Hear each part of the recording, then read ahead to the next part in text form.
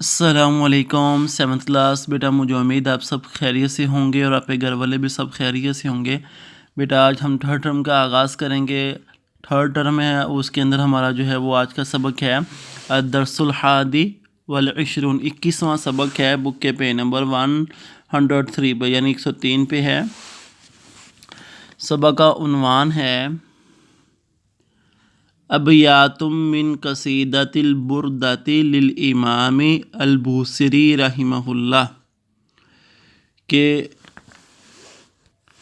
امام بوصیری رحمہ اللہ کے قصیدہ بردہ سے اشعار، کچھ اشعار ہوں گے وہ اس جو ہے سبق کے اندر بیان کیے ہوں گے۔ امام بوصیری رحمہ اللہ ایک قصیدہ بردہ ہے، اس کے اندر اشعار ہی اشعار ہیں، ان میں سے چند اشعار جو ہے انہوں نے اس سبق کے اندر نقل کیے ہیں، وہ ہم انشاءاللہ سماعت فرمائیں گے۔ پہلے ان کی تھوڑی سی شخصیت کے بارے میں جان لیں کہ کہاں پیدا ہوئے اور کس طرح کے انہوں نے جو ہے وہ ان کی زندگی گزاری۔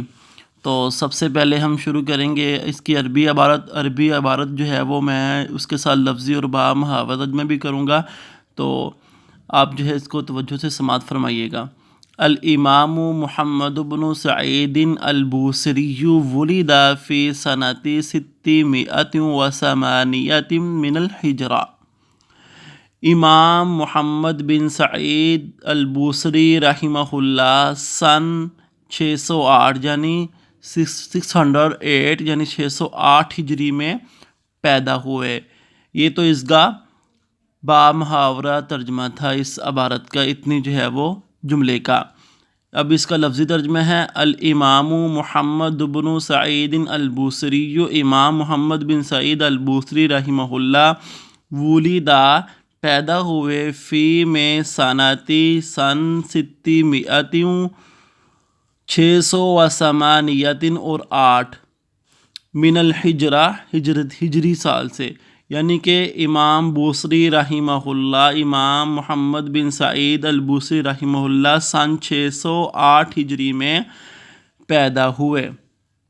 وتوفی سنۃ 695 من الہجرہ، اور سن 695 ہجری میں وہ فوت ہوئے، یعنی 695 اور سن 695 ہجری میں وہ فوت ہوئے۔ وتوفی اور وہ فوت ہوئے سنۃ سال یا سن 695 اور 95 من الہجرہ ہجری سے، یعنی کہ امام بوصیری رحمہ اللہ 608 میں پیدا ہوئے اور 695 میں فوت ہوئے۔ تعد قصیدتہ الشہیرۃ الکواکب الدریۃ فی مدح خیر البریہ المعروفۃ باسم البردۃ اہم اعمالہ۔ تو اب اس کا جو ہے وہ ہم با محاورہ ترجمہ کریں گے۔ ان کا مشہور قصیدہ الکواکب الدریہ فی مدح خیر البریہ، جو کہ مشہور ہے